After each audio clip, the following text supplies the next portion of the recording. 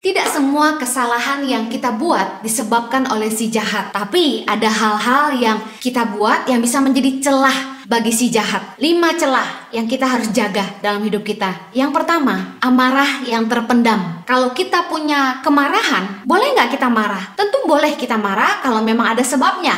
Tetapi saya tidak menyimpan kemarahan dalam hati saya. Ada penyebab orang marah dan kemudian memendam kemarahan. Apa itu? Salah satunya iri hati. Iri hati merupakan akar kebencian. Kalau kita tidak ingin celah terbuka dalam hidup kita sehingga hati kita dikuasai oleh iblis, kita harus mengampuni dan belajar melepaskan. Jangan menyimpan dendam, apalagi iri hati kepada orang. Nah, kadang-kadang ketika kita marah sama orang, belum tentu orang itu yang punya masalah sama kita. Kita sendiri yang harus membereskan hati kita, karena kita bertanggung jawab atas keputusan hati kita sendiri. Berhenti panas hati, berhenti membenci, belajar mengampuni. Hal kedua yang menjadi celah bagi iblis adalah keserakahan.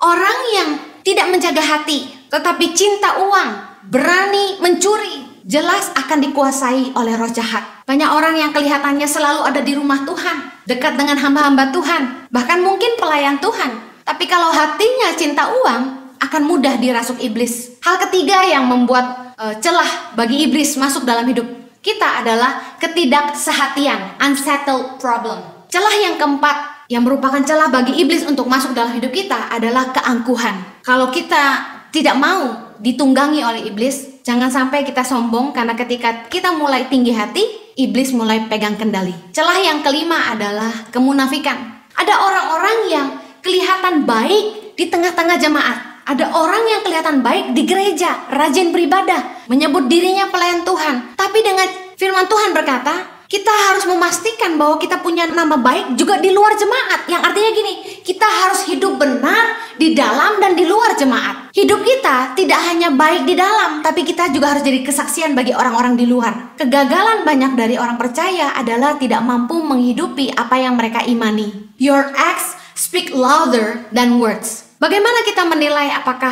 hidup kita munafik atau tidak? Lihat buah-buah hidup kita. Kalau kita melakukan apa yang benar, kalau buah hidup kita adalah kebenaran, berarti kita adalah orang benar. Dan sebaliknya, kalau kita hanya kelihatan benar di depan orang banyak saja, berarti masih ada kemunafikan dalam hidup kita. Karena itu yang akan menjadi jerat bagi iblis dalam hidup kita. Bagaimana supaya kita tidak buka celah kepada iblis? Jadilah penurut Allah. Submit artinya taat kepada Allah. Jadi anak-anak yang taat kepada firman-Nya. Kalau kita taat kepada firman dan tidak mengikuti godaan iblis dalam hidup kita, maka iblis akan pergi dari hidup kita. Bagaimana supaya kita menang menghadapi tipu muslihat iblis dalam hidup kita? Pastikan kita hidup di dalam kebenaran firman, takut akan Tuhan, menundukkan diri kita kepada Allah, taat akan kebenaran firman-Nya, dan jangan mengikuti bisikan iblis dalam hati kita. Jaga hati kita, karena iblis bisa masuk dalam hidup kita dengan celah-celah yang terbuka. Jangan simpan kemarahan dalam hati, jangan tinggi hati, jangan serakah, jangan tidak sehati. Selesaikan masalah suami istri, dan yang terakhir, jangan munafik, supaya iblis tidak menguasai hati dan pikiran kita.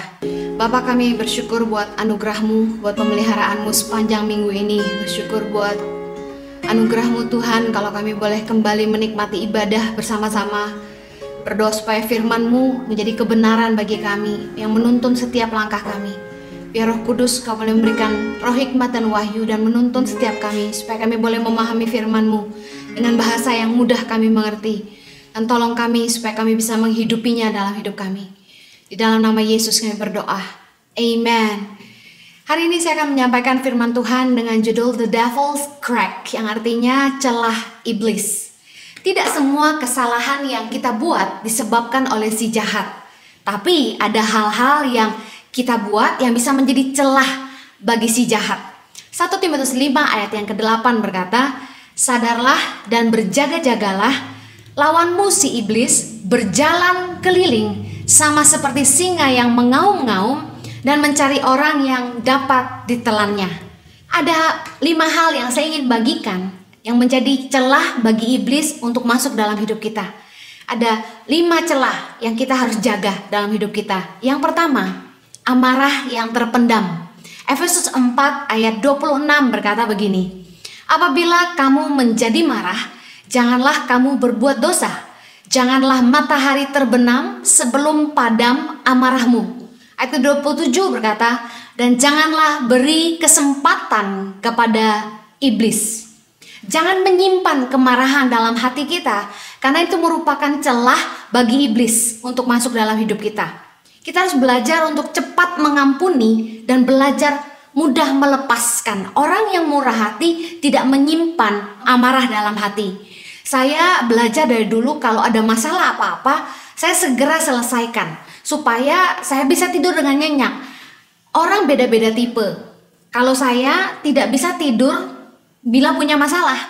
Jadi saya ingat dulu waktu masih pacaran sama suami saya, ketika kami punya masalah, saya kejar dia supaya kami duduk bicara dan menyelesaikan. Karena tipe seperti suamiku itu habis marah sama saya bisa tidur nyenyak, sementara saya yang marah sama dia tidak bisa tidur. Nah, saya belajar kalau kita punya kemarahan, boleh nggak kita marah? Tentu boleh kita marah kalau memang ada sebabnya. Tetapi saya tidak menyimpan kemarahan dalam hati saya. Staf-staf saya tahu saya, ketika saya marah. Tapi setelah itu saya lupa. Baik lagi dan selesai. Semuanya seperti tidak ada apa-apa. Tapi dengar baik. Ada penyebab orang marah dan kemudian memendam kemarahan. Apa itu? Salah satunya iri hati. Iri hati merupakan akar kebencian. Kejadian 4 ayat 4 berkata gini, Habel juga mempersembahkan korban persembahan dari anak sulung kambing dombanya, yakni lemak-lemaknya. Maka Tuhan mengindahkan Habel dan korban persembahannya itu, tetapi Kain dan korban persembahannya tidak diindahkannya. Lalu hati Kain menjadi sangat panas dan mukanya muram. Kejadian 4 ayat 6, firman Tuhan kepada Kain, mengapa hatimu panas dan mukamu muram? Apakah mukamu tidak akan berseri jika engkau berbuat baik? Tetapi jika engkau tidak berbuat baik, dosa sudah mengintip di depan pintu. Ia sangat menggoda engkau, tetapi engkau harus berkuasa atasnya. Dan kita tahu bahwa dalam kisah ini, karena iri hati melihat persembahan adiknya diterima oleh Tuhan, Kain menjadi marah dan mukanya muram. Dan Tuhan mengingatkan kepada Kain untuk berbuat baik karena dosa sudah mengintip di depan pintu. Dan kita tahu ceritanya bahwa Kain pada akhirnya membunuh Habel. Dari iri hati, marah, lalu dia membunuh adik kandungnya sendiri.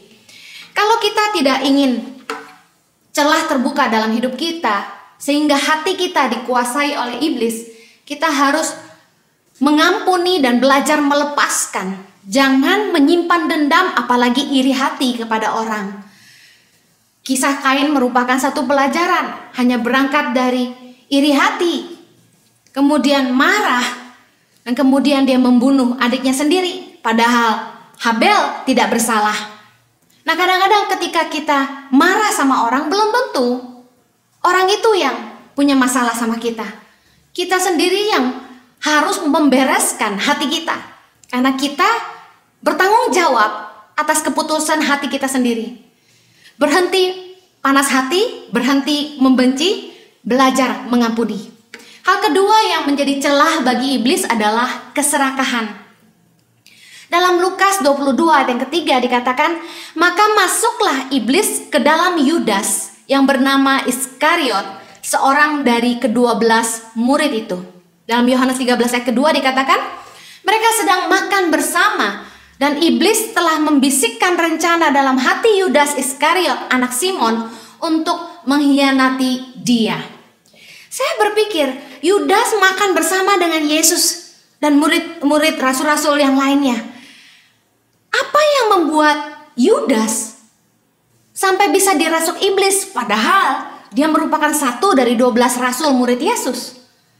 Berarti seseorang aktif melayani, rajin pergi ke rumah ibadah, dekat dengan hamba Tuhan, atau bahkan hamba Tuhan sekalipun, tidak terlepas dari serangan roh jahat apabila dia tidak menjaga hatinya. Kenapa Yudas bisa dirasuk oleh iblis? Ternyata di dalam Yohanes 12 ayat yang keempat sampai ke-6 dijelaskan siapa Yudas sesungguhnya.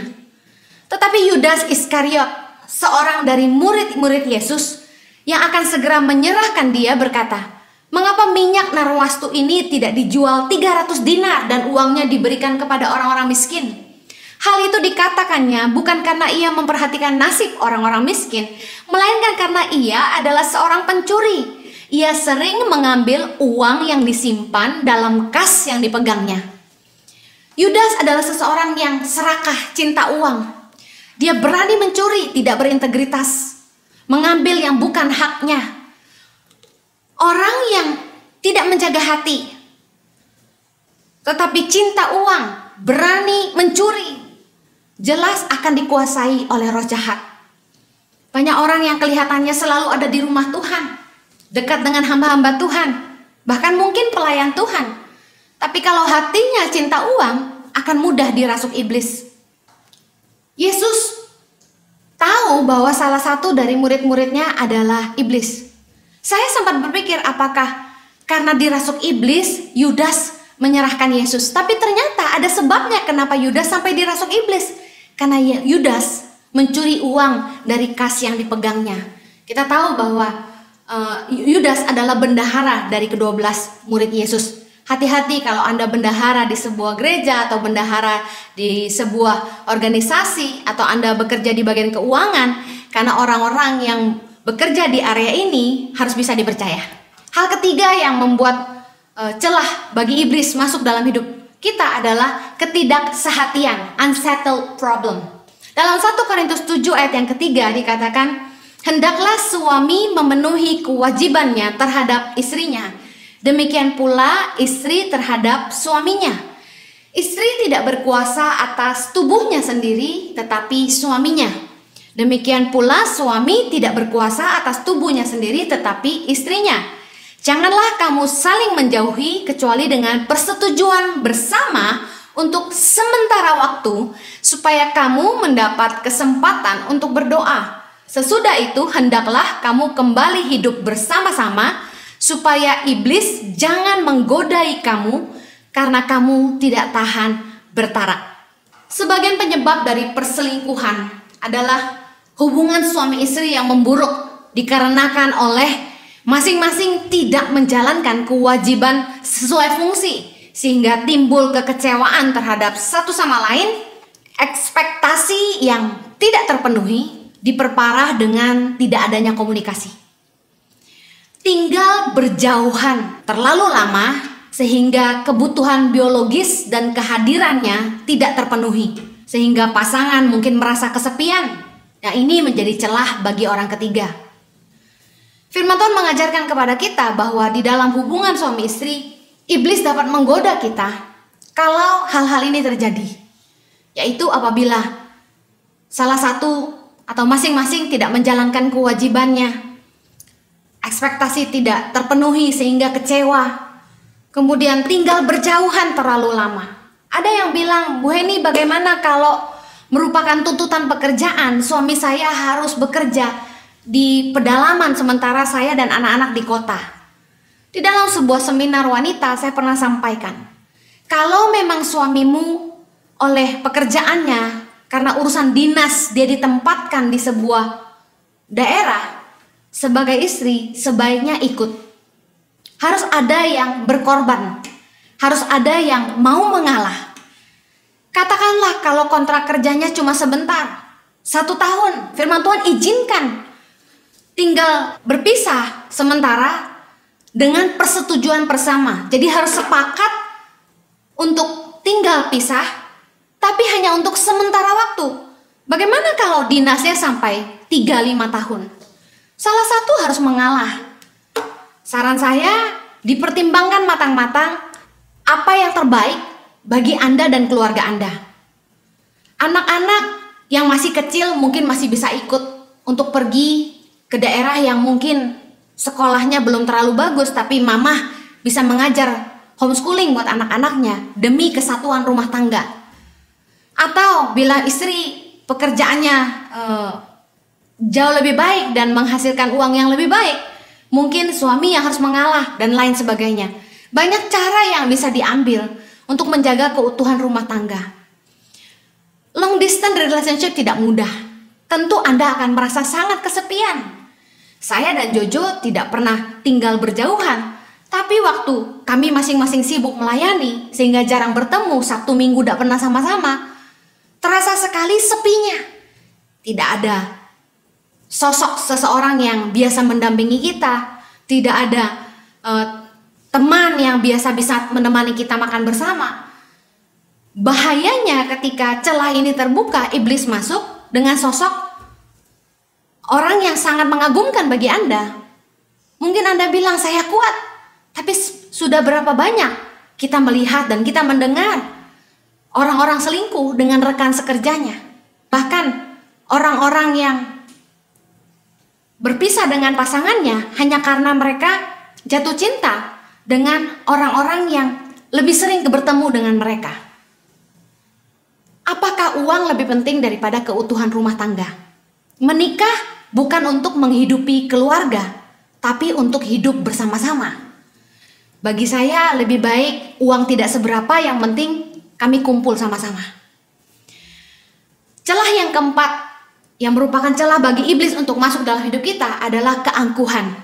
1 Timotius 3 ayat 6 berkata, janganlah ia seorang yang baru bertobat, agar jangan ia menjadi sombong dan kena hukuman iblis. Tinggi hati adalah sifat iblis. Yesaya 14 ayat yang ke-14 berkata, aku hendak naik mengatasi ketinggian awan-awan, hendak menyamai yang maha tinggi. Sebaliknya ke dalam dunia orang mati engkau diturunkan ke tempat yang paling dalam di liang kubur. Kita tahu tentang kisah bagaimana iblis jatuh karena kesombongan. Kalau kita tidak mau ditunggangi oleh iblis, jangan sampai kita sombong, karena ketika kita mulai tinggi hati, iblis mulai pegang kendali. Celah yang kelima adalah kemunafikan. Dalam 1 Timotius 3 ayat yang ke-7 dikatakan, hendaklah ia juga mempunyai nama baik di luar jemaat, agar jangan ia digugat orang dan jatuh ke dalam jerat iblis. Dikatakan hendaklah ia mempunyai nama baik di luar jemaat. Artinya gini, ada orang-orang yang kelihatan baik di tengah-tengah jemaat. Ada orang yang kelihatan baik di gereja, rajin beribadah, menyebut dirinya pelayan Tuhan. Tapi dengan firman Tuhan berkata, kita harus memastikan bahwa kita punya nama baik juga di luar jemaat. Yang artinya gini, kita harus hidup benar di dalam dan di luar jemaat. Hidup kita tidak hanya baik di dalam, tapi kita juga harus jadi kesaksian bagi orang-orang di luar. Kegagalan banyak dari orang percaya adalah tidak mampu menghidupi apa yang mereka imani. Your acts speak louder than words. 1 Yohanes 3 ayat 7 berkata, anak-anakku, janganlah membiarkan seorang pun menyesatkan kamu. Barang siapa yang berbuat kebenaran adalah benar, sama seperti Kristus adalah benar. Bagaimana kita menilai apakah hidup kita munafik atau tidak? Lihat buah-buah hidup kita. Kalau kita melakukan apa yang benar, kalau buah hidup kita adalah kebenaran, berarti kita adalah orang benar. Dan sebaliknya, kalau kita hanya kelihatan benar di depan orang banyak saja, berarti masih ada kemunafikan dalam hidup kita. Karena itu yang akan menjadi jerat bagi iblis dalam hidup kita.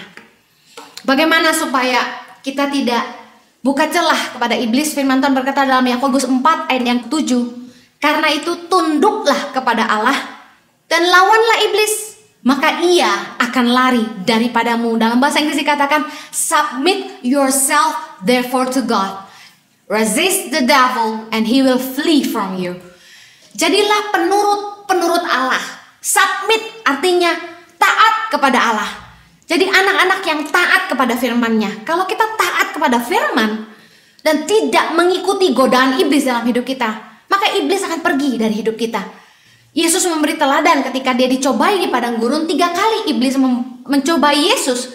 Yesus melawannya dengan firman Allah, dan Yesus menolak setiap permintaan iblis. Bagaimana supaya kita menang menghadapi tipu muslihat iblis dalam hidup kita? Pastikan kita hidup di dalam kebenaran firman, takut akan Tuhan, menundukkan diri kita kepada Allah, taat akan kebenaran firman-Nya, dan jangan mengikuti bisikan iblis dalam hati kita. Jaga hati kita, karena iblis bisa masuk dalam hidup kita dengan celah-celah yang terbuka. Jangan simpan kemarahan dalam hati, jangan tinggi hati, jangan serakah, jangan tidak sehati. Selesaikan masalah suami istri. Dan yang terakhir, Jangan munafik, supaya iblis tidak menguasai hati dan pikiran kita. Mari kita berdoa. Kiranya anugerah-Mu menolong kami Tuhan, supaya hidup kami tidak buka celah untuk iblis menguasai kami. Biarlah kami boleh belajar supaya kami boleh menjaga hati kami sungguh-sungguh. Kiranya Tuhan memampukan kami oleh anugerah-Mu untuk menjauhkan setiap dosa